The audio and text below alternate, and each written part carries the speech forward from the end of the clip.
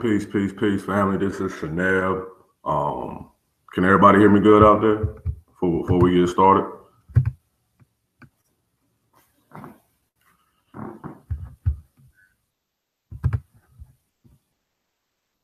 Hey, Jade, I see you in the chat. Peace. How do I sound? Do I sound good?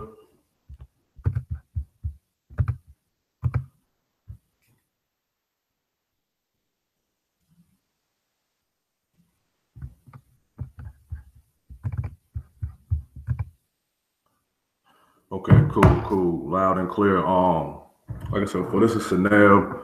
I'm coming at you today with another installment of the Food for Thought Sundays. Today we'll be discussing our cultural connection to West Africa. Um, Over the course of these years, I say the last, 1,000 years, our people have been in some very difficult situations, where they've been in the sub-Saharan slave trade or the transatlantic slave trade, and whether it be because of war or be because of economic reasons, we kind of taken on different ideologies. Ideologies that kind of from um, pull us away from who we are. Um, just so I can throw this disclaimer out there, I don't do any Bible, I don't do any Quran, I don't do any Torah. My goal as an African American is to find my people, learn who they are, and become that. Um, a lot of us wonder why certain things in our life don't go how we want them to go. It's probably because you're not tied in with your ancestors. Um, so we're going to build on this today. I don't care if you're a Hebrew Israelite, I don't care if you're a Christian, I don't care if you're a Muslim. That's cool. As long as me and you have a common goal that is for the liberation of our people, and we have to get this oppressor off our neck, then we can build. But when you start to come and say, I am something that I know I'm not, then that's where we're gonna run into issues. So Jade, I threw the link in the back chat. Come on in, we can build. I really want to get the family on so we can discuss this, get another point of view. For anyone out there that's watching, that's not that doesn't know who I am, this is Food for Thought Sunday. This is kind of a my way to put my imprint on the community. I want to bring a different feel to I won't call it a platform, I'll say it's a page, because I don't run YouTube, but I definitely want to, like I said, put my fingerprint on it so I can show my cubs that I kind of participate in trying to wake up our people, point them in the right direction. If there's any questions out there about, who we are, where we come from, we may not be able to answer it, but at least I'll be able to point you in the right direction to help you or assist you into finding out who you are, where you come from. A lot of things with West Africa, we weren't really told, especially when you follow history. When you think of Africa, the only thing you kind of think is a Nile Valley field or a Kemetic field, when there was kingdoms, if not contemporary, maybe even older to those of ancient Kemet, especially in the heart and soul of West Africa. I mean, numerous upon numerous of civilizations that was there and that was building. I mean, this is before the coming of the European. Especially with your Abrahamic faith, there's this facade out there that we kind of waited in darkness for, the European to come civilize us. The missionaries that came with their military, with their advanced weaponry, weren't really trying to kill us or murder us or massacre our people. They were just trying to save our souls, because to them we were considered barbarians. We were considered pagans. How dare we worship something outside of the Christian monarchy? And that's kind of what I want to discuss tonight. I want to discuss some of the cultures, some of the people that kind of predate us, kind of build onto the important date of 1591, when the Songhai Empire fell, when it was sacked by Morocco, and kind of how, from then on, we really lost who we were. Well, I want to be clear, there was no point in time when we were not fighting, where there wasn't a resistance. My ancestors didn't lay on their backs and just accept defeat at every phase. Even some of the kingdoms in West Africa, they fought, Europeans up until, the 1900s. I think when Songhai fell, there was a kingdom called the Dindi Kingdom, and they fought all the way up until, 1901, fighting the European, wanting their people to be free. So it's definitely something we want to discuss it tonight. Um, I was waiting on some of the family to come through. Give me a minute, family. Let me get my notes together, and I'll be right back in.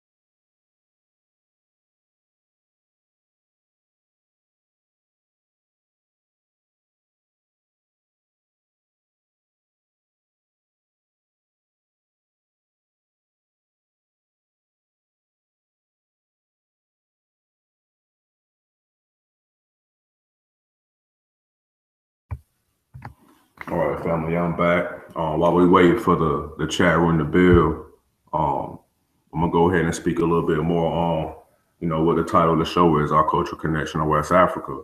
Um, when trying to find those connections, we don't have to really, get down to the chromosome, to the atom. We can just use our eyes and just look at how the cultures here, um, and what we call the wilderness of North America and what the cultures is, and the Caribbean, Jamaica, Haiti, South America, Brazil, Honduras, and Venezuela.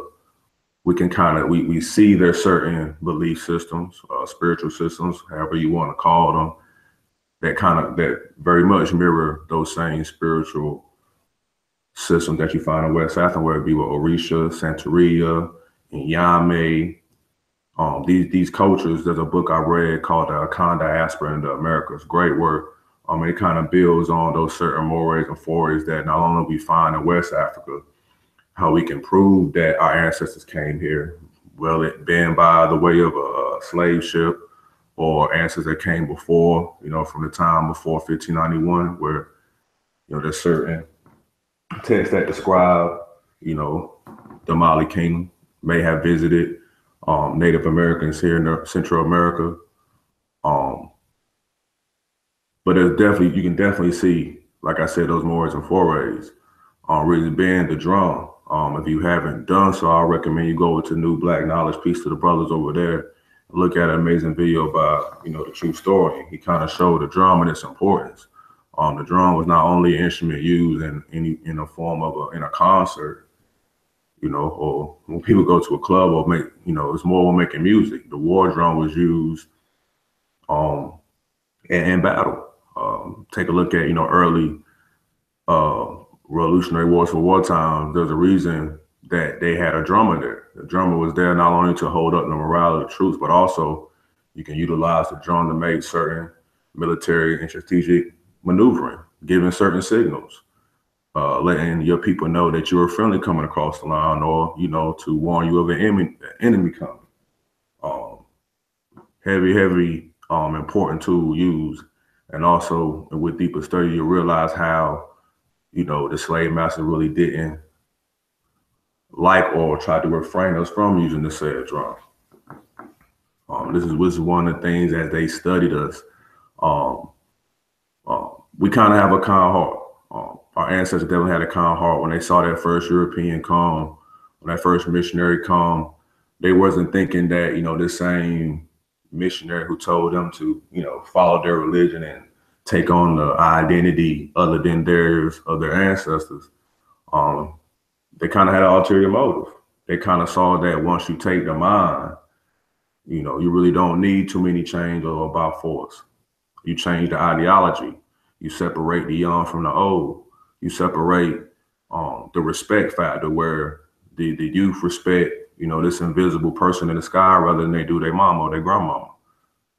And that goes to another thing that kind of shows the tie between the two coasts is, the veneration of the Black woman, particularly the veneration of your elders.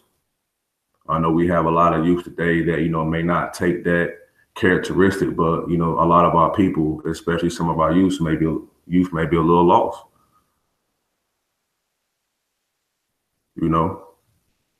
I kind of get somewhat disrespected when I'm out in the mall with me and my queen and somebody say, oh, your kids are so well behaved. I'm like, what do you mean my kids are so well behaved? That's how they exposed that. Or you're not used to seeing, Black children run around with manners. Kind of goes back to, early, heavy incarceration rate by Africans in America. So those fathers are no longer on the street.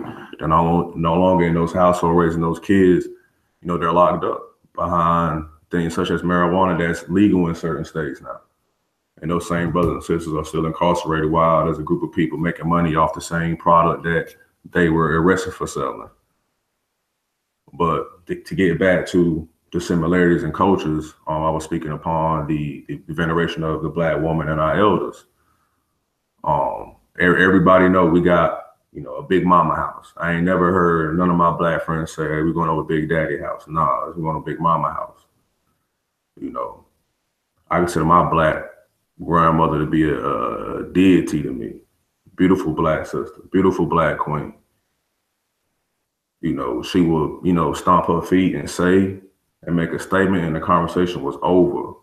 You had any issues going on in life, you wasn't trying to, talk to nobody else. You were trying to go talk to your grandmama. When things got hard, you was out on your own. You wasn't really making it. You was struggling. Your money was getting tight. You can always go to Big Mama house. You working, your daycare is expensive. All of us know we stayed at grandmama house before. We all stayed over there. We all spent the night. So that's one of the things that I can say in my childhood. I was lucky to be brought up by my grandparents, so I seen that. Even though my grandparents was heavy in the church, but we still had that sense of community. We still had that sense of community. We kind of built on that last week when we talked about organizations and early African liberation societies. We used a model. I'm not pushing the church, but I'm saying the organization that the church instituted, laws, certain guidelines, rank and file. We built a community off of that. In my childhood, I wasn't, religious crazy. I still was in, in the streets doing what I was doing. But, I was more concerned with, Mama Ida Mae down the street catching me in the street doing something wrong because I knew she was going to get me. And then she going to let my granddaddy know, let my grandma know, and I'm going to get it again. That's that sense of community, that form of community organization where it don't matter what house you in, you got something to eat. You got somewhere to stay. If you need some money, they'll give you some money. Help take care of you. People came together in those hard times, and they just used the organization that the church had there as the platform to do that. But that whole time when I was coming up, I was in a little African village and didn't even know. We had the lady you go to, she get you right if you was sick. We had a lady that do the voodoo on you. And that was it. I had a burn. I'll never forget. I had a burn on my arm. My granddaddy took me over there. This lady had all kinds of stuff in her house, and she put some kind of cream on. I was good to go. But she was the medicine lady. It takes a village, and we definitely seen. I can say from my childhood, growing up with my grandparents, I definitely seen that village, cultural, organization, if I don't know if that's a true term, but definitely a form of it takes one village to raise a child. Everybody was mama. Everybody was, grandpa or uncle. It was definitely that sense of community there. And I feel like in certain neighborhoods throughout, the diaspora, all of our brothers and sisters and babies coming up are not really experiencing that. The chance we call mental is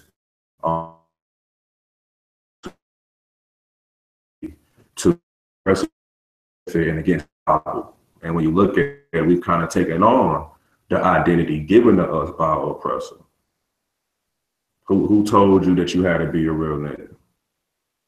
Who told you that all you had going for yourself was to dribble a basketball, or to throw a football, or kick a ball? No one that really gave you that you can, in a sense, to be anything you want to be. You can be a senator, you can be a mayor, you can be a county prosecutor, a lawyer, a judge. You know, you're not really given that. First thing you see a kid do, he wanted to be a rapper, he wanted to sell drugs. That to them, that's what being real is. Yeah, I sold drugs. Yeah, I've been to jail. Now, we all got brothers and sisters, even some of our sisters that may have been incarcerated. I think I seen a study on USA Today. I want to say a sense of 3% of all African American men at one point in time will go to jail before the age of 18, and be involved in somewhat with the police before the age of 18, and that's startling. You know, we taking on other identities. Go study early minstrel shows and how a lot of European actors will paint their face black and jigaboo across stage, making each other laugh, trying to imply that somehow that's how we act. And a lot of the people at the time took on that. That's not who we are, family. We come from a great ancestral pool. People who were fighting and trying to survive, and using whatever form they had in front of them for their liberation. Whether if you had the Bible, if you were a Muslim, still. I think Dr. Carr said, as long as whatever tool or ideology you're using, as long as it's being used for the liberation of your people, it's fine. But if not, take it and throw it into the trash can of history. And that's a fact, family. And worshiping Allah makes you a better person, and it's helping you and your immediate family to be better people, to be better Black people, and by all means do that. And that goes the same for if you want to be a Hebrew, you want to be a Christian, that's fine. No problem with that. But understand where those ideologies come from. Understand how, in my point of view, I can't really understand why African in America would even want to subscribe to that, what we know as Christianity, the Hebrew faith, or, I just don't really understand it. This ideology was used to, destroy your people or Europeanize your people, turn your people against each other. Instead of, when you scared calling for your mama, you calling for someone in the sky. And by all means, it's not a disrespect to any of my brothers and sisters out there that subscribe to those ideologies. Early in the video, like I said, I don't mind if you do. That's your life. You do what you want to do. But just don't come to me and tell me this is who I am. Don't tell me that I'm a burn or be stoned to death if I don't subscribe to your ideology. That's what I'm speaking on, fam. And getting back to that African sense of culture and feeling and veneration of our women, the veneration of our elders, to understand that there's no 17-year-old kid that should ever stand before someone that 3 or 4 times his age and try to tell them how life is. We're supposed to sit at the feet of our ancestors. We're supposed to listen when they talk. Like my grandmother tell me, you don't talk unless you're spoken to. That's what we need to get back to, family. Getting back to who we are, getting back to that, being in our own communities, going to our own schools. I brought up last week with my brother a true story about separation. Some may like it, some may not like it, but that's one of the things that we haven't tried yet. Without any outside influence from any other ethnic groups. Going in our own community, whether you feel like whatever tribe you're from, if you did your DNA test and you find out where you're from, building a community based off that culture. Or do what the Gullah Geechee Nation is doing. Beautiful. It's a melting pot of cultures, all with the same ideology, to uplift their people, make them self-sufficient, give them, the pathway to find the necessary resource to find who they are so they can be a better and better person and have their family come up in the traditions of their ancestors. Great nations, whether it be Nuke, Igbo, Yoruba, Benin, Congo, Mali, Songhai, Ghana, all of these nations were great before the coming of any, these people that was on this land was great, already had established civilization before the coming of any European. Is that ideology that important where it makes you dislike your brother because he a Muslim and your sister because she a Christian? Will it make you dislike your mama because she doesn't go along with that ideology? When you came out of this woman, when you was hungry, she fed you. When you was you hungry, she fed you. When your nose was running, she wiped your nose. Your hind part was dirty, and she cleaned you when you peeing or defecating on yourself. She did that, not nobody else. So before I get on stage and accept the award and thank, this invisible being that none of us had an opportunity to meet, I'm gonna make surely I say thank you to my mama, to my grandmama.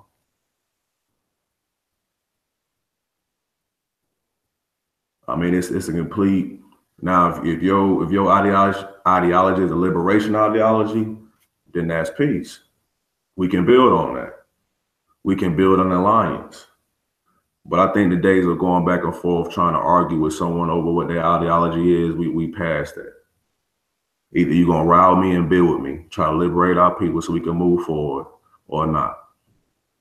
And if we can't do that, then that's peace. Then you go your way and I'll go mine. Like Neely Fuller said, we should only, be involved with each other when we're doing something productive at this moment because of our sense of, lost cultural identity.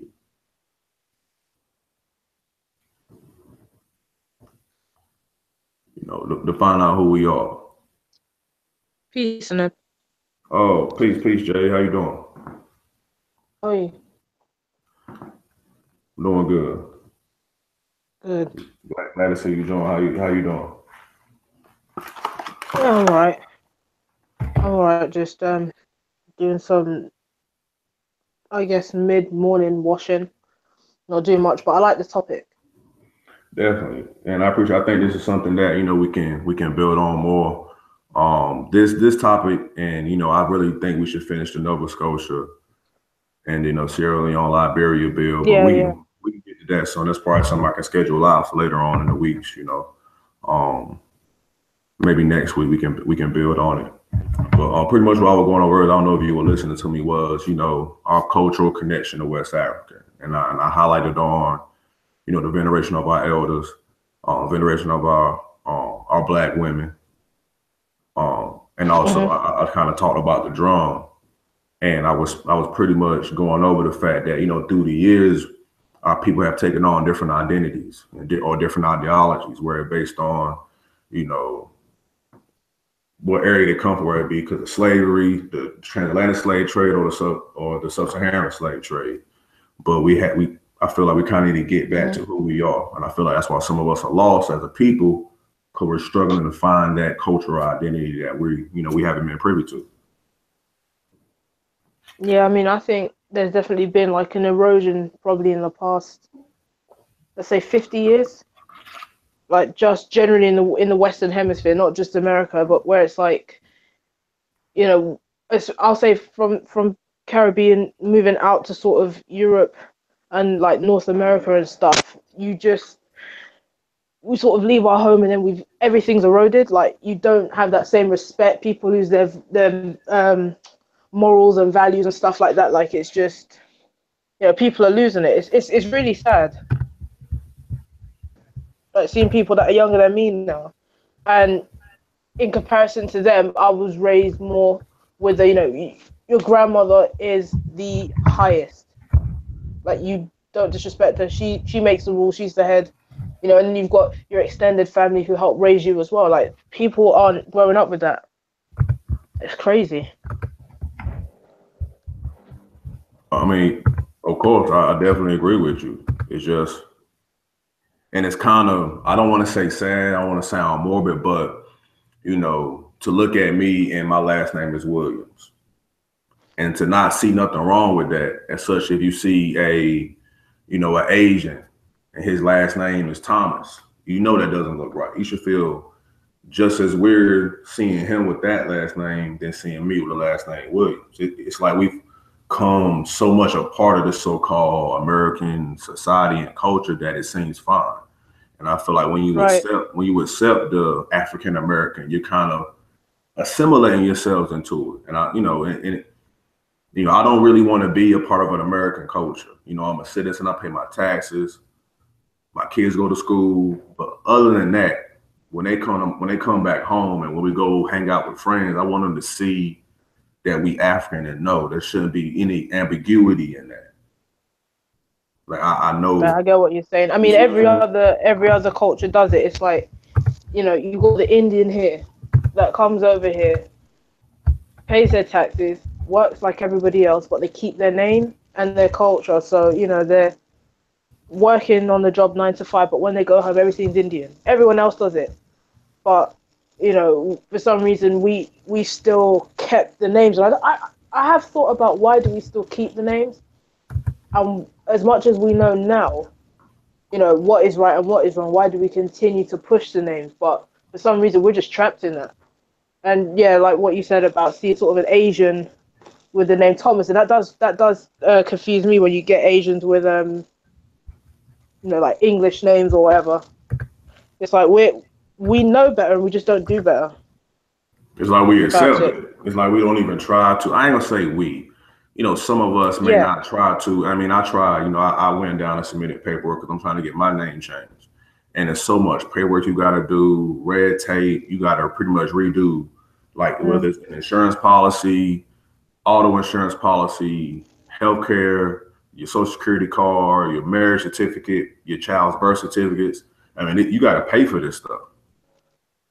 I mean, You yeah, know, it's expensive, and then I guess for people to get used to a new name as well. I mean, now thinking on it, for me, I don't know if I would change my name only because I mean this is what I've been used to for my entire life, and then everyone else has got to get used to that. But I know better that to the next generation, I wouldn't want to give them just a regular English name or that kind of name. I wouldn't want to do it because I know that that's not the way to do it. That's not the right way. Like there are naming ceremonies. There's all sorts of stuff that we could have been doing and we haven't done. yeah. I mean, I think there's the brother Ashrar Quays when he takes the brothers back to Kemet. When he raised them, he gives them. He kind of changes their name, and I think that's dope. I think if anybody doesn't find the joy in being able to remove something from yourself that has you know it's not good for you to have, in my opinion. Like my last name Williams, I know exactly why my last name is Williams. My grandfather, I know we built on it before. I Hmm. said my grandfather told me how we are called Williams. Like we just property. Like we're nothing. We're not human. We're not a people. We don't come from anywhere. I was doing some reading Right. Chancellor Williams' book, Destruction of Black Civilization, and he was talking about the Great Migrations, and he was talking about the fall of the Songhai and how these people are it's ripped out, having your heart ripped out of you, put in a place. Your mother gets sent to Arkansas, your daddy gets sent to Georgia, you get sent to somewhere in North Carolina, and you just have to find your way through life or maneuver through life, not being able to to talk to your mama. Like that's a very serious situation. And to Hmm. have people who've been through that still find ways to empower themselves, educate themselves, build movements behind it. That African culture of it takes one village and everybody's mama, everybody's daddy, everybody's uncle, and realizing that we have to find a way to get out of this or to get through this, I shall say, you know. Right. Yeah, I mean, I think it's just gotten to the point where now we're in this sort of time where I think a lot of us just don't really care, don't want to push the fight anymore, or get blinded or sidetracked by the the sayings of, oh, racism ended, this is ended, X amount of years ago. Let's get over it. Let's move together forward. That kind of stuff. I think a lot of us have just become sidetracked by that. But not everyone is going to make it, if you get what I mean. Like us who know, we know. And those who don't know may come to know, and those who don't come to know, they're not going to be with it.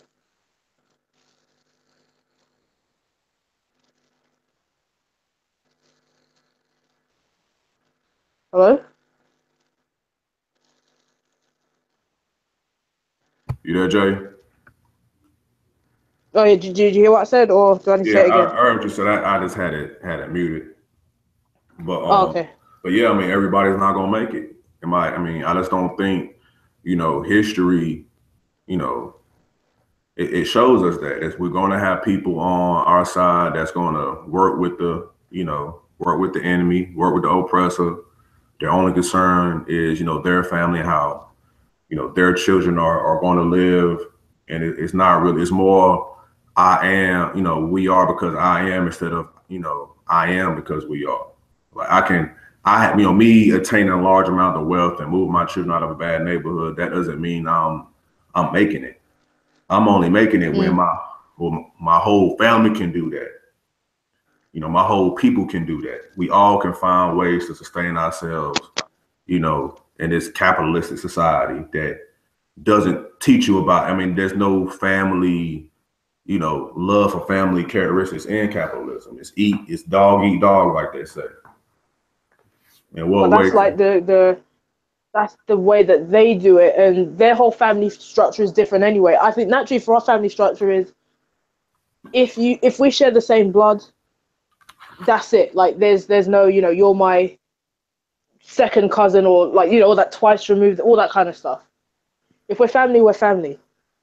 And I think we operate in more like a clan, whereas like the others do, they're just like a nuclear family, which is the mother, the father, the child, and that's the family. Like the other extended family don't get involved, and that's the thing. Like now we're starting to separate more, and it's making us more dysfunctional because that's just not how we are. Everything is, if I'm getting, then everyone else gets. Right. That's how we've always been.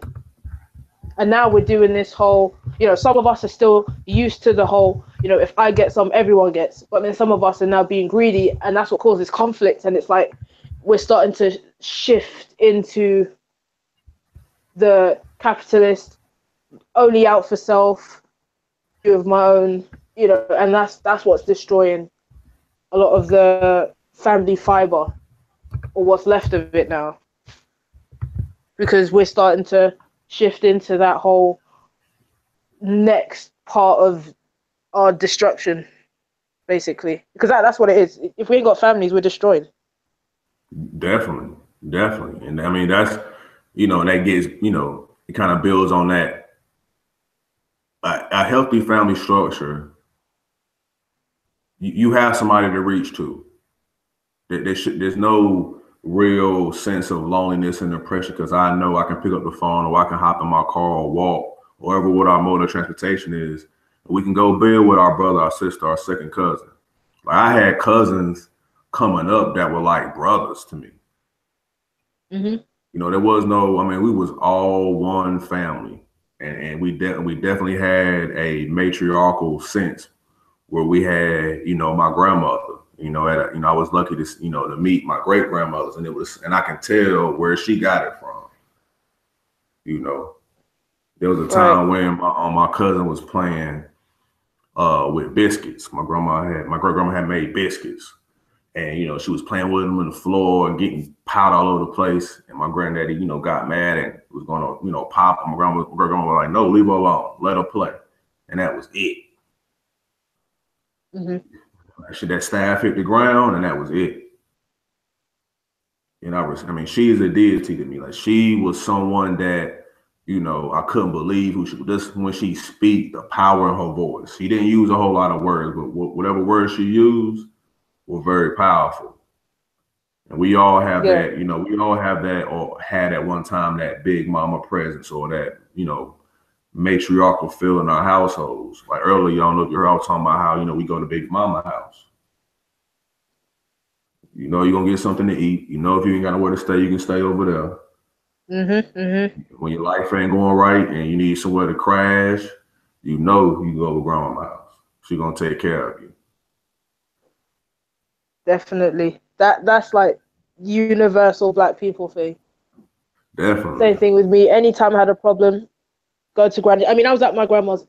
I would I would argue maybe every single weekend at my grandma's, every single summer. You know, she was the first person to take me abroad ever. You know, take me abroad, go visit family elsewhere, you know, and then being able to meet her aunts, so my great great aunts, and being able to see how much, you know, they were head of the hierarchy. And what they say went. I remember being 5 and sitting with my great great aunt, so my grandma's aunt, and someone was doing something that it's just it was annoying her. And I mean, she was a really funny, quite loud, fiery tempered woman. And she basically told her to stop, but the way that she told her to stop, it kept cut my cousin dead in her tracks. Hmm. And that's all she had to do was just say, "You better stop," and that was it. What Aunt Phil said, that was it. You do as she said. Like, you know, anything she would tell me to do Man, throughout that whole summer. I was 5 years old, bearing in mind, you know, 5-year-olds running around crazy, energetic. You know, she told me, "You're gonna sit there and you're gonna watch those chickens and make sure that those chickens do not jump into this house." For hours, just because of what she said, the way that she said it. But I knew she's the head. She was the oldest one of all of us. You do as she says, and that's it. Doesn't matter. No one can trump what she says. You have to do as she says because you have that level of respect and that healthy. I would even say it like a healthy fear of that older grandmother, or you know, that older woman, the older matriarch in the family. and you kind of see And it's like, that hospitality that, after generation and generations of, of our culture being beat on and, disrespected, you still see that hospitality. You find that comfort when, she speaks. You know that, like you said, that she is the head. Word come through her. And right. that's law. That's one of the worst things I could have done as a child was to disrespect my grandma. And maybe I didn't even mean it. She tell you to do something and you may, the feeling may come across as disrespectful. But all she would say is, "I'm gonna tell your granddaddy." He didn't want to hear any of that. Let him get a call that I can get in a fight at school, or some other things that little kids do when you're immature. That'd be regular. But when it came down to it, Biddy May had to call him while he was at work, his third job of the day, because I Mm. was being disrespectful, and he had to come all the way home to get me. Oh, I felt her wrath and his. Like, how dare you disrespect your grandma? Who do you think you are? That would Yeah. be the things that he would say to me. Yeah, I mean, I didn't get to meet my granddad because he passed before I was born. But my Most mum used to important. say that's what her mum would say is, wait until your father gets home. You wait. Oh, Keep it up. You wait. And when he got home, that was it. I Oh, mean, it was you know, like you I disrespecting probably your would have mum. died. You Oh, speaking back to your mum. That was it. The belt or whatever else was coming out. That was it. But that was like the way that we did it. You know, the mum makes the rule. She says the rule. She says what's what.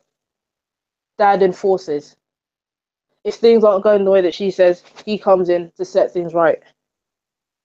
That's the only way that I've ever heard of it, you know, and growing up watching TV and seeing it. That's what it was. She sets the rules, he enforces the rules. And now we've got this imbalance of, you know, she sets the rules, she has to enforce the rules. Maybe he'll enforce rules if he's there, or there's just not that balance anymore. That's what it is. And you know what? Thinking on it, it hasn't been like that for that long. But look how much damage it's done.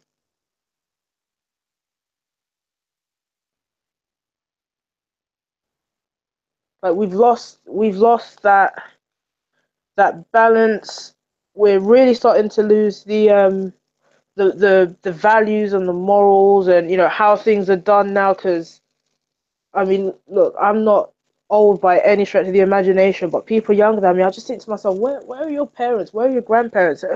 Who raised you? How were you raised? And I ask you, where's your family from? Whatever island they come from. I think that's how you behave. And I know that that's not how it is, but I think we've been here too long. Around, you know how it is like with Wait, am I still on? Shit, am I still on? No, I can hear you. I can hear you.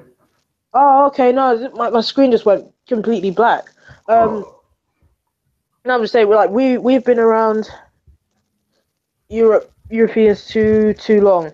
Like once we start watching their TV too much, and like, I remember mum used to say, "Don't get any ideas." So like I'll be watching a TV show and it'll be like some little white girl that's being defiant. I remember mum would sit there and just look at me and say, "Don't you get no ideas? Don't think that you can be like them." Or you'll be out shopping and you'll see some little white kid causing a scene. I remember my mum look at me. Don't you get no ideas? Don't do it. Like no, it's a bad now, day. yeah, that would be a very bad day. But now it's like, we want to be just like them. I want to do it. If they can do it, why can't I do it? So now we're ending up acting like them. Parents aren't quite used to it. That causes a problem. That's an issue there. And now I guess parents are just saying, you know what, I don't know how to handle it anymore, or they're going along with it, changing up their parenting style, the way that they were brought up in comparison to how they're bringing their children up. It's like, I mean, they're assimilating their family life into what, like I said, this American so-called culture where, you don't, chastise your children, you give them anything they want, you be gentle to them. Like at an early age, I knew that life was not fair. My granddad would say it all the time. Whatever you want out here, you're gonna have to work for it. And you being black, you're gonna have to work even harder for it. He told me that mm-hmm, repeatedly. I can, my grandfather was born in 1941. So him coming up in the antebellum South, Jim Crow. We sat down, and that's one of the things I miss is just being able to sit down and talk with him. And it's ironic that the same things that he fought for, that he marched for, are the same things that we are still asking for right now. No, and Malcolm X said no one ever, asked for their freedom. And my thing is I want liberation. I want to be able to move how I want to move, regardless of, you know, what I'm saying? I want to be able to move and have my own land, my own language, my own people. That's what I want. And I feel there's a large, population of, Africans, whether it be in the diaspora or on the continent, want the same thing. We just have to be able to mobilize ourselves and organize ourselves in a way to get to that common goal. And I think some of it's changing. There's a large movement of, pro-black, pro-conscious people coming up. And I think if we can just reach this younger generation, reach these babies, I think we'll be okay. yeah, you have to reach. You were talking before. You were showing us pictures a while back of some of the traditions you find in West Africa and what we see in the Caribbean. Can you kind of Yeah, go into that and build on that? yeah. I mean, it's carnival. I mean, in the past maybe 3 years, I've been really looking at carnival because that's like a staple in the Caribbean. Doesn't matter what island you come from. When it comes to carnival time, that's it. And especially in the UK, where you've got people from all different islands, and you have island rivalry. As silly as it sounds, there is island rivalry. But when it comes to it'll be public holiday or bank holiday in August. Forget all of that. We're all going to carnival. So I used to think to myself, and when you listen to the music as well, I'd always hear the name Shango coming up. Shango, Shango, Shango. I'm thinking, yeah, okay, Shango. Who's that? So I would research, and Shango is Yoruba deity. I think he's the god of war and thunder. So I just basically started doing a lot of research into the elements of Carnival, the African elements of Carnival, because it's not 100% African, but I'd say for the most part it pretty much is. And then I've realized with certain types of Carnival, like Jab Juve in Grenada, particularly because Grenada also, a lot of people don't realize that on the island of Carriacou, you actually have a maroon community. They're not quite known, but Grenada has, to me, one of the most blatant African costume within the carnival. Jamaica with John Canoe Carnival. You have all these different islands, and you have a look at the masquerade, and you can basically link them up. You can see it, and when you learn the meanings of them, compare them to the original ones in Africa, and you find out what they mean there, then you will see that they basically both link up. And then what you can also do is trace what particular ethnic groups were brought to the island, and then you can make that comparison as well. That's basically what I've been doing for the past, more so recently, maybe in the past 2 years, but sort of 3 years from looking back. In those same cultures, display what the certain the dances are the same. Is the drum patterns the same? Is the use? I mean, drum, yes and no. It kind of depends on what you listen to, because Caribbean has a lot of different music. I mean, things like when it comes to, like, let's say soca music, yes, depending on what kind of soca music, because you have different sort of subgenres.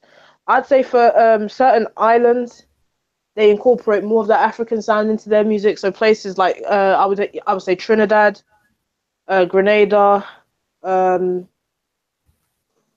Barbados to a degree, I would say, St. Lucia, incorporate that kind of African drum rhythm pattern into it. You've got things like power soca, where it's kind of quick. The music is quick, up tempo. You've got Zouk music, which was like more the Francophone islands. A lot of African drums you can hear in a lot of old Zouk music.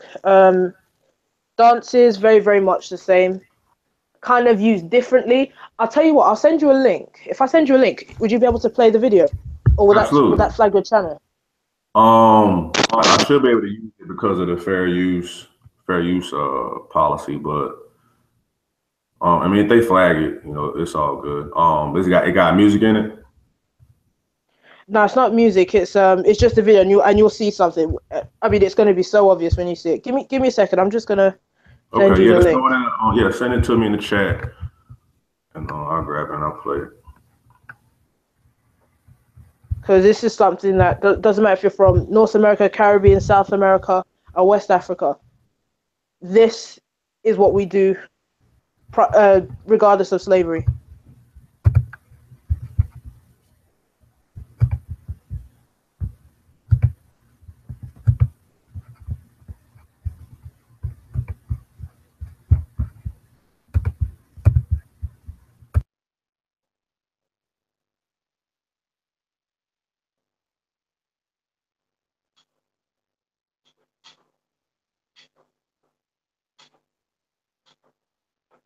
Should I put it into the study group or into this particular one?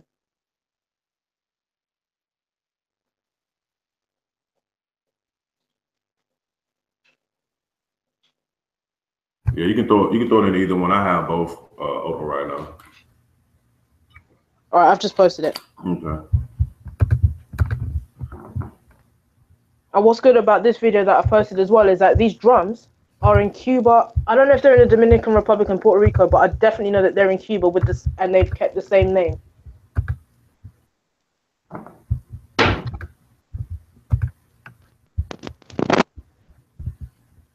Can you see my screen?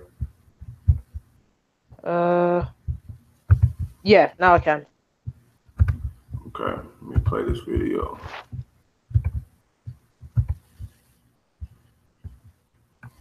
Can you hear it? No, I can't hear anything. You say you can't hear it? Can you see it at least? No, I can see it, but I can't hear it. Let me try it again.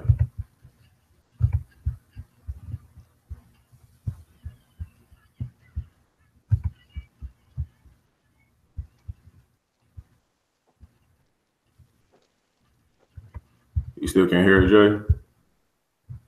Nah, nothing. I don't know why. Have you got headphones in? I do have headphones in. Ah, you see, that's why, because it's going to play through your headphones, but it's not going to come through the mic. Let me, I'm going to unplug my headphones and try it that way.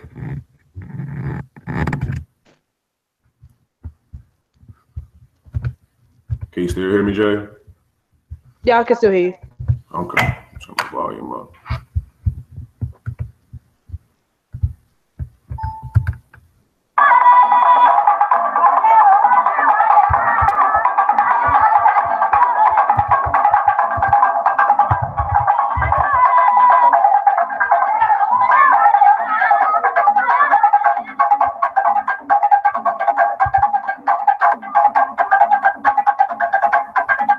Right, look at how they're dancing.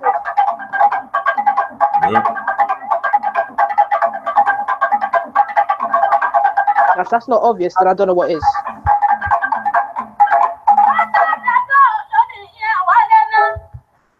I mean, you see it. I mean, what that look like to you? That look like any other club on a Friday, Saturday night.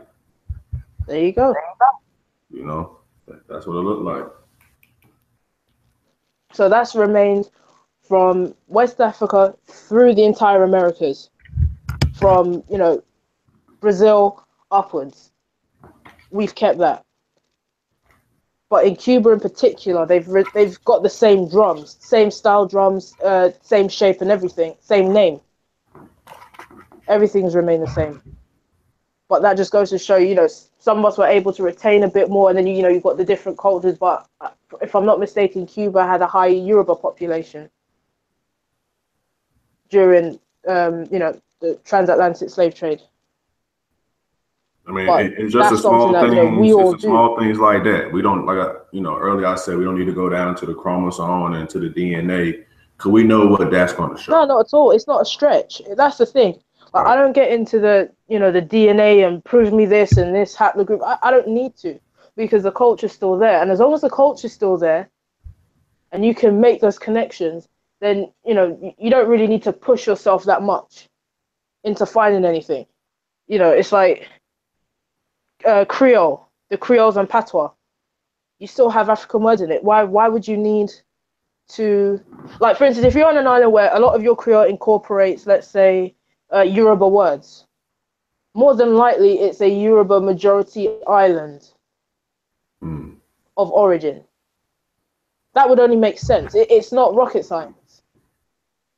You will have a few other ethnic groups words here and there, but for the most part, it's like Jamaica. Akan and Igbo words in Patois. You had a few Congo words, but not as much. But Jamaica is known as a high Akan and Igbo island because that's the majority of people that came there. So the majority are the ones who are going to dominate. And that's what makes sense.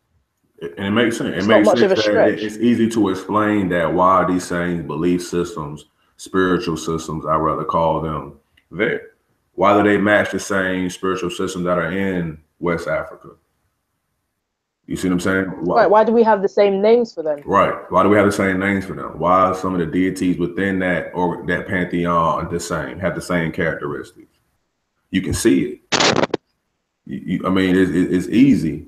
That's why, the argument of, let's show me certain ideologies coming off a slave ship is a very important question. Show me where, these things are. Because at the time, 1591, Christianity, had been there for a while. How these people, coming to, Central America, South America, coming to, North America, still holding on to these traditions. Right. Then when we study, we see that, it comes down to trade. a very important deal when to take it to the Portuguese, when the Portuguese was dealing with the Congo, for instance.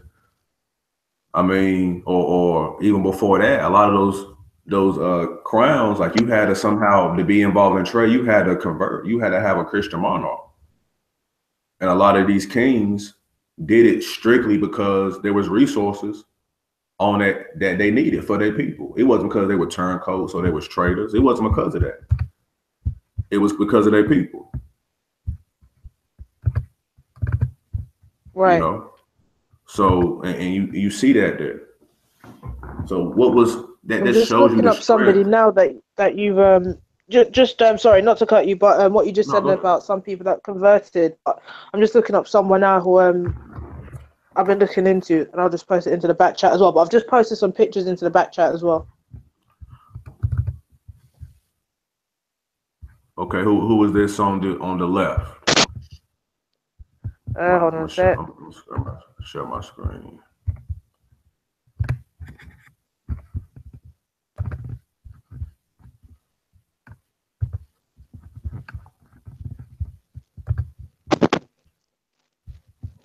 Get the bad chat back open.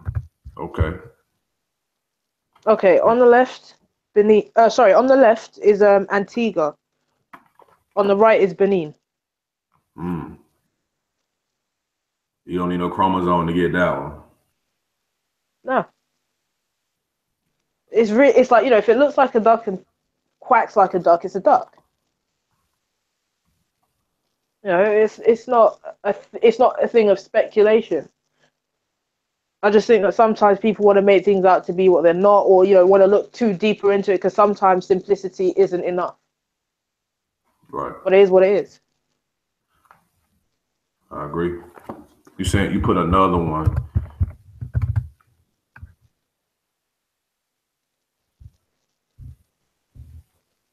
Okay. On the left, Grenada.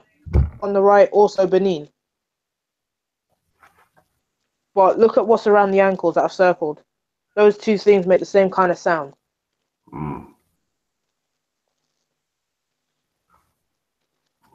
I don't know if the one from Benin carries powder, and I don't remember what the powder does or what it's supposed to mean. But the same sort of headdress thing that covers the face is really similar. I would like to get a picture of an original, because the one on the left is more new. A lot of people have kind of cut away from that real African style masquerade. That's the only thing. It's been cut off quite a lot. It's been more Europeanized, more modernized. And this kind of ties well with the other cultures and the carnivals, and how some of the caricatures in the carnivals match the same caricatures from West Africa, like you're showing here. Well, I think you have posted a picture of a man on stilts.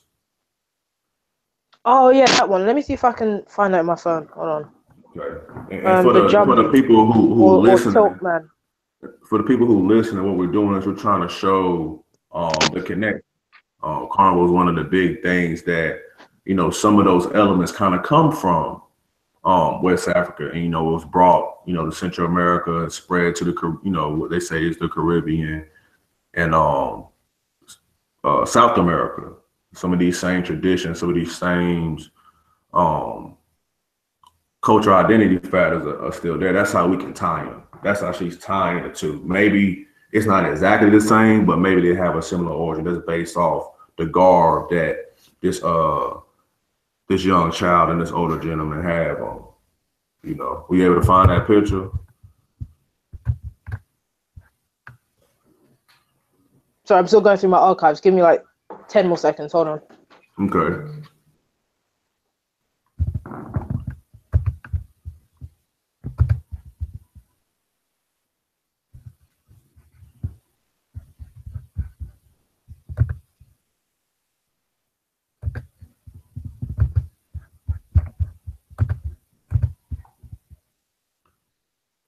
I mean, it's so easy to see. It's so easy just to look at it and see yourself in something.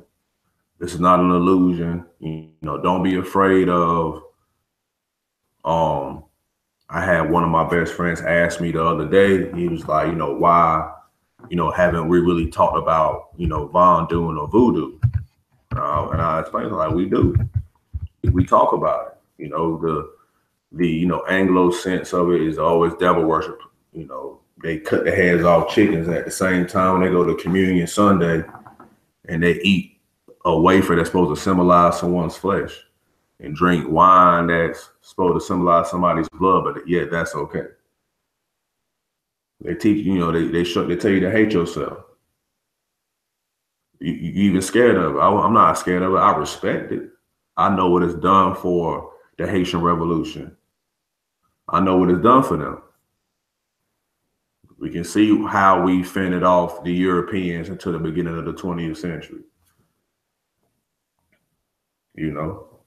With people with inferior weaponry can hold off a force as at the time as the European, we had to give them that. Their warfare is on point. We thought we accepted them into our land with open arms, not knowing that they had ulterior motives.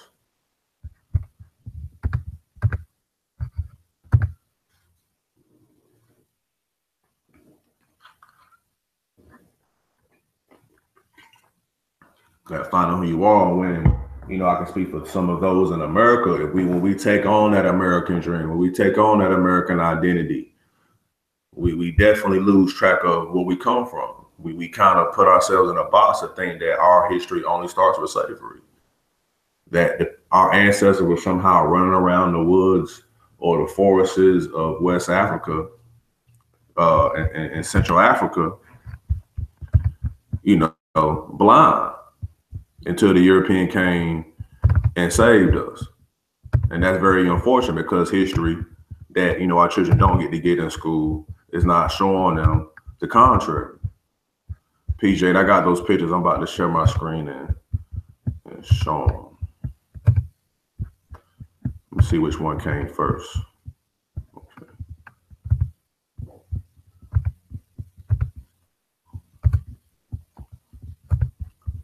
No, this one I have up right now. You there, Jay?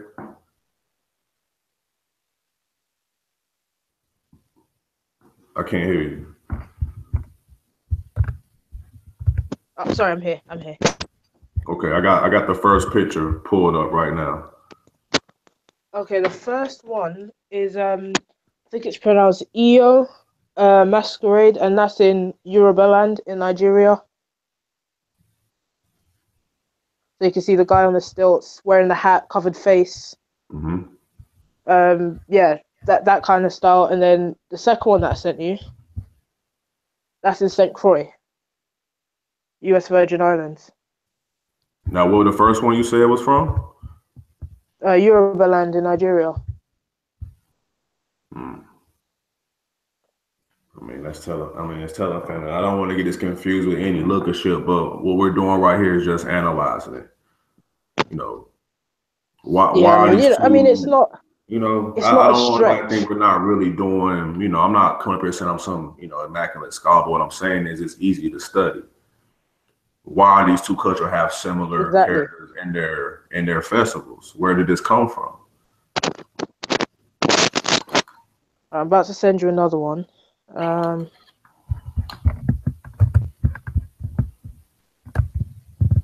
have a really good one.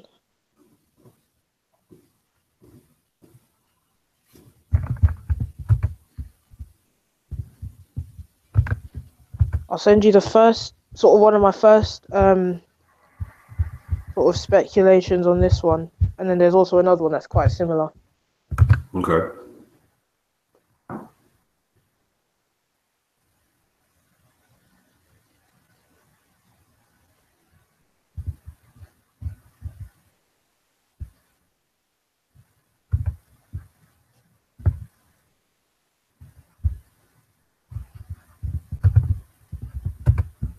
Let's see what we got here. Okay, share my screen again.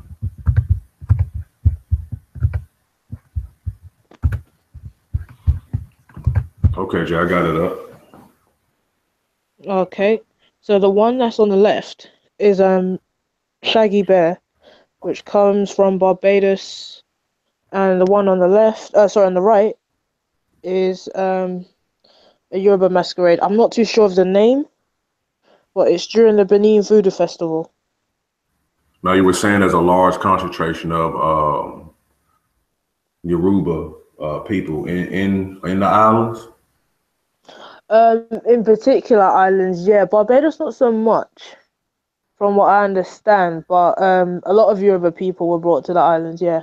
And just for the people who are going to watch or are watching this stream right now, some of the first stops of our ancestors coming to this side of the hemisphere was to the Caribbean, was to the Jamaicas, Barbados, Trinidad, to the island.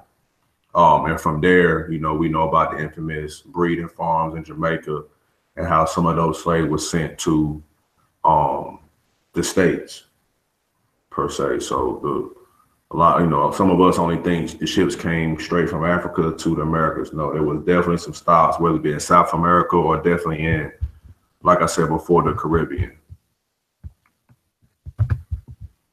That's why, it's kind of, you see those cultures, you see the kind of first footstep of those cultures in Central South America and in the Caribbean, because that's where our people kind of first were kidnapped and taken to. You saying something else, Jay? Yeah, I did. Another possible origin. I got it up right now. Can you see it? You can see it's not. Yeah, I can see it. No, it's the same. I can see it, and it's not a stretch. And it's not. It's not. Nothing that we have shown is okay. It's a reach. No. I mean, this is just one aspect of it. We're not talking about the language and how there's currently Maroons still in Jamaica who haven't been compromised, who are living on their right. Who are living on. There are people in Trinidad who still speak Yoruba. Very few, but there are still people that speak it. Now, if you're not from that land, why would you be speaking the language? I mean, that would only make sense. I mean, explain, our Gullah or Haitian Creole, especially in, states around the Gulf of Mexico. I mean, there's the Gullah Geechee themselves. I kind of was doing some studying on them, and, I don't even know what the real word to call them, whether they're tribe or clan, but that's a community with different African heritages, and they're coalescing. They have a stable government or community of leaders, and they are showing us how we can do what we can do. It's a melting pot of cultures. Right. So how did those cultures and ideologies and languages get here? How do we know Haitian Creole or Patois or Ife or Ga? How did those languages get to this side of the hemisphere? If you're saying that we didn't come here, our ancestors didn't come here. Let me throw this picture up. This one right here. You see it, Jay? Hold on a sec. I'm gonna just keep sending you pictures. I'm just getting another one just now. You got two brothers. Which one did I send you? Okay, right, that one. That's in Trinidad. Those are the name's escaping me. I know them as Jab Jab, but I think it begins with a P. I think it might be, if I'm not mistaken. Yeah, those two are whipping each other. So during the carnival, they have these massive whips, and they basically flail the whips around and kind of hit each other and kind of don't hit each other. But if you have a look at the type of costume that they're wearing, the sort of colors, the color scheme, I'm about to send you something right now. Okay, I've just posted it.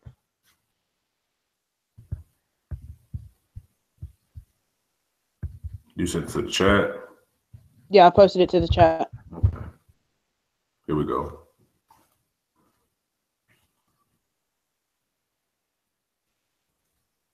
You can see it. Right. Again, it's not a stretch. I've got another one coming right now that's a bit more obvious in terms of design and style of the masquerade.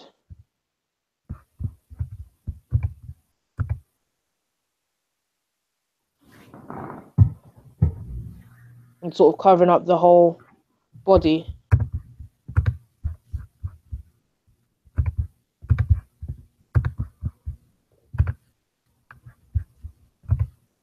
I mean, it's the same. Right.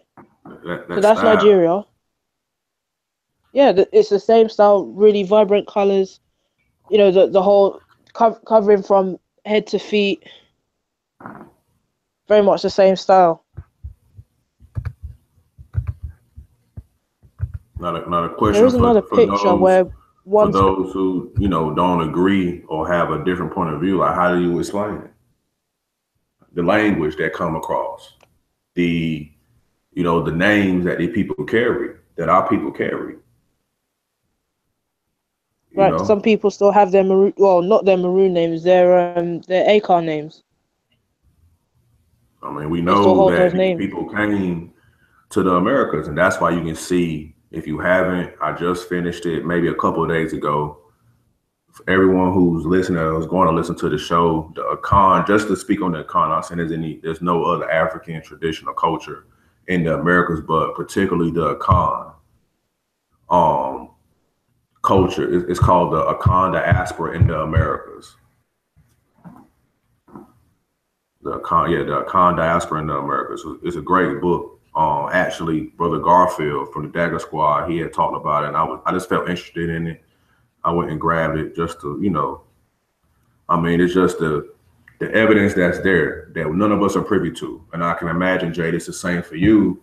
And, you know, in Europe, you know, trying to have access to your history and being able to just go to a library or go to a museum. Like, you don't go to a museum and see Christian or Muslim monarchs just sit in some glass.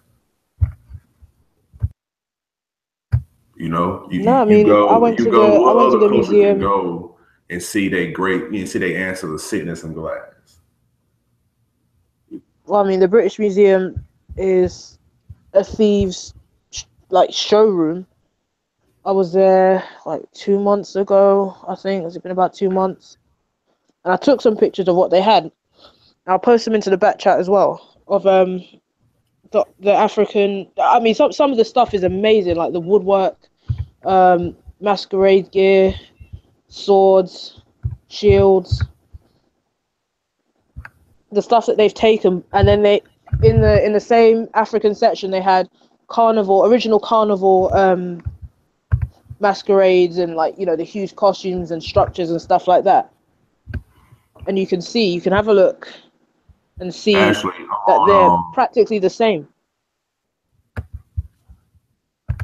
gonna try to find the video.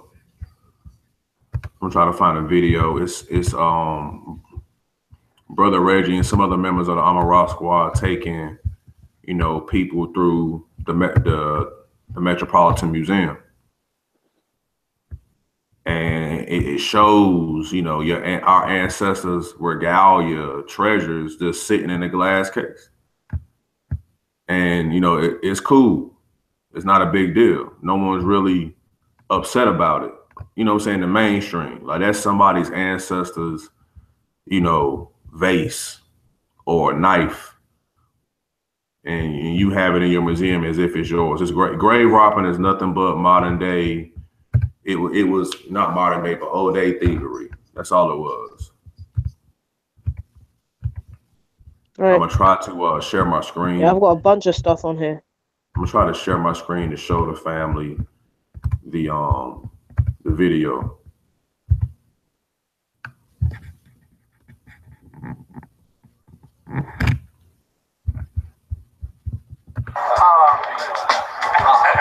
I want everybody to Brother Sanjay. These are Amara Squad heavyweight champions of West African.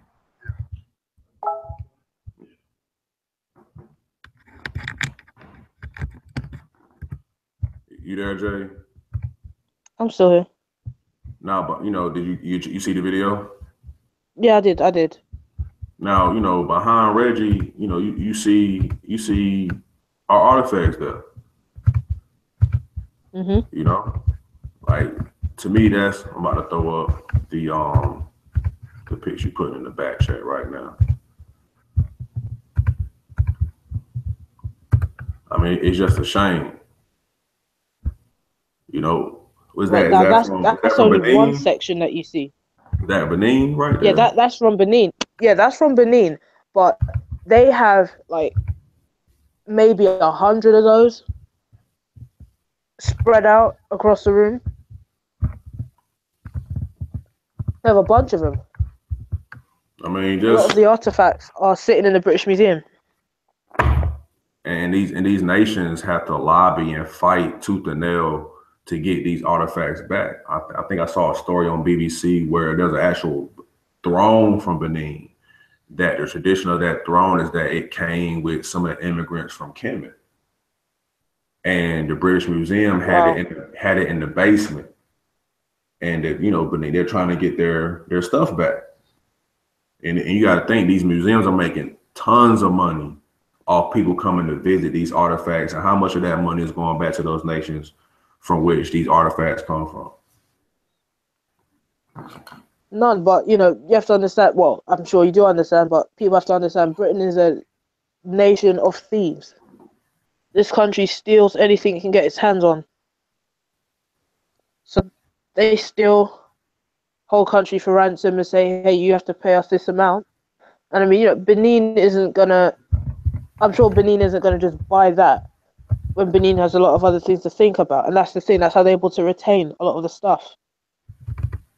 Is that a lot of countries have been compromised. They steal, and then they can't afford to buy it back off of the thieves. Exactly. I mean, it's just. I mean, they stole deity statues and everything. It really did disturb me being in there and seeing how much they stole. I mean, knowing what these meant to people. Definitely. I mean, it's like, just think about the stuff they're not going to let us see. Some of the manuals or books or documentation that we haven't been privy to. We just can't go down in those basements and look at our stuff. That's our ancestor stuff. We got to almost have a PhD to go down into these basements to even look at. I mean, why is those beautiful pieces of art sitting in the museum? I should be able to catch a flight and go to Benin myself and look at these artifacts in a museum built by the government of Benin, but it seems to be like, okay, well, yeah, it happened. We apologize for it, but we're going to still keep these artifacts, and we're going to have to charge you if you want to look at them. What other ethnic group on the planet, has to deal with that? I'm pretty sure if you go to Japan, they have their own museums. You see what I'm saying? I don't think they have to. They would fight tooth and nail. Fight tooth and nail if you try to take those artifacts up out of their country and put them in yours and have them on display. Where especially I can say in the world that your museum is judged off your antiquity section. I seen that same artifact, Jay, in I want to say Robin Walker's book When We Rule. Which one? This one I have up right now. I want to say that's from Benin or Nigeria. Give me a sec. This one right here. I want to say it's an ivory one. Yeah, it is. It is a lot. Most of the stuff that they had was from Nigeria. I'm guessing they definitely went robbing and looting during colonial period. Most of the stuff that they had was from. Wow. Just throw the other picture up. And it's a forgotten technique called wax. I want to say it was wax forming, where they make a wax encasing, they pour the melting copper in, and it will form the face, and they will just peel the wax off of it. Okay. Yeah, they told us that we weren't doing anything. Right. Like I'm about to. I mean, I tell you what, that section alone, the amount of stuff and the amount of Europeans that were going in there, oh wow, oh my gosh, look at their skill. Oh, they were so skilled. Hold on. Hello? You still there? You still there, Jay? Yeah, I'm still here. I just heard like the sound when someone hangs up. Yeah, my fault. I had to I'm getting off my laptop now. I'm on my phone. Oh, But okay. but I just wanted to, definitely show those pictures so that people can see. They can see what we're talking about. They can see the cultural comparisons between, us and the Caribbean, Central South America, and ultimately, West Africa. So if you can, Jay, I'm I mean, give me a the second. I'm gonna connection walk is so away. obvious. Give me a second. I'm gonna walk away. Just keep building on, um, from the connection we see between the two land masses. Sure. So I mean, we've got linguistic ties, food ties, celebration, deity ties. I mean, everyday aspect kind of ties. I mean, when it comes down to even down to mannerisms, the way that we sort of express ourselves, the way that we speech pattern wise, is very, very much how it was and still is, to be honest, to this day in West Africa. Um, we're very expressive. I mean, if you listen to, let me see, Haitians, St. Lucians, I'll say Haitians and St. Lucians, to me, sound a lot like people from the Congo, both being, French speaking former colonies, but they sound the same, speak the same, have that same expressive pattern. And sort of doing some research, people from the Congo were brought to these kind of islands. The deities, the drum is very important. There is a video on YouTube with one guy from Congo and one guy from Haiti who like do a drum jam session. So you've got the Haitian drums and the Congolese drums, and I'll post that in the back chat. And you can see where that music connects as well. Let me just hold on. Let me post that. In fact, I'll post two, so you can hear sort of the folk um, singing to deities, as well as just the drums and hearing the sound and how they mesh.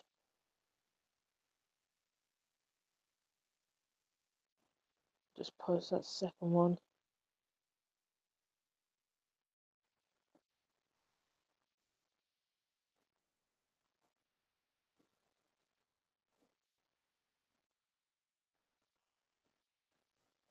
So I mean, let's see. So we've got language. Um, you've got African loan words within language. A lot of ACAM words being used, followed by Yoruba words, Igbo words, mannerisms, dress. Yes, to a degree, and I say dress in terms of the spiritual Baptists, or you've got some people who have stuck to traditional, sort of traditional religion, or the very few, like those in sort of maroon communities that have been able to remain separate, And still these and have these that people and these people are traditional dress. uncompromised. These people are uncompromised. Yeah, They still follow the same traditions of their ancestors, and they have their own community and they're respected by the government that's there. right. Just like the Maroons. The Maroons have they speak sort of patois, and then they have something called spirit language, where they're speaking to their ancestors in their original tongue. You've got like the Cromanti language in Jamaica and in Suriname. So I think A that's lot of people beautiful. forget about Suriname. It's beautiful, the fact to be able to speak what my ancestors spoke. You know what I'm saying? That's just one of the things that, you know, that excites me about actually